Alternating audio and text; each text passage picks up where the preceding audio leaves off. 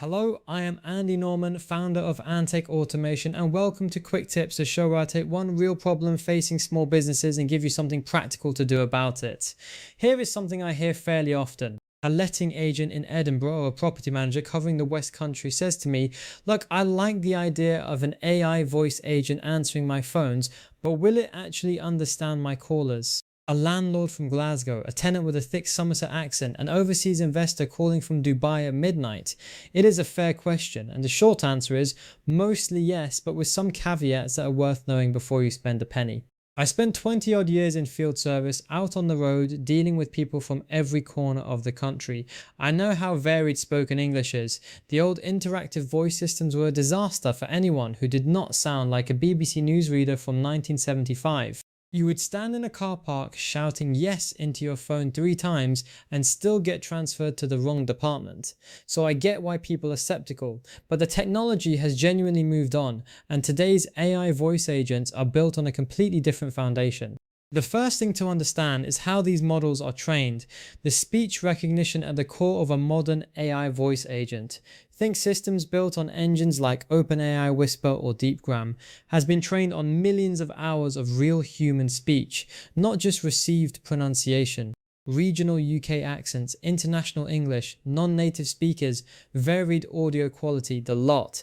The result is a model that has learnt variants, not rigid patterns.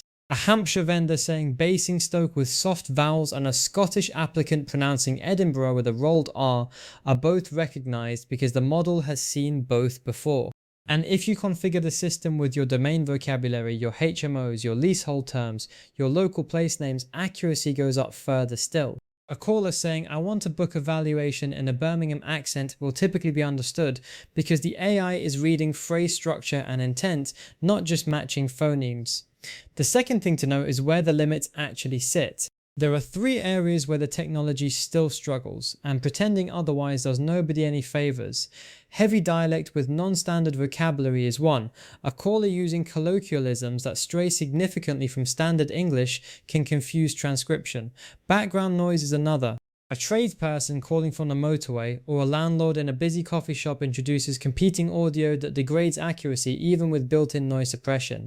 And strong non-native accents with significant phonetic deviation remain a challenge, particularly when the caller is also using unfamiliar vocabulary. None of these are deal breakers if you know about them up front, but they do mean you should not assume a one-size-fits-all deployment. Which brings me to the third point, and this is the practical one. Do not go live without testing on your own call recordings first. Pull a sample of recent inquiries that represent the real range of callers you receive. Different accents, different audio quality, different inquiry types. Run them through the system and measure 2 things: transcription accuracy and intent recognition. If the AI is misrouting more than a small fraction of calls, something in the configuration needs adjusting. Maybe the vocabulary needs tuning. Maybe the confidence thresholds need tightening. And crucially, you need a fallback rule. When the system cannot confidently understand a caller, it should transfer immediately to a human rather than guess.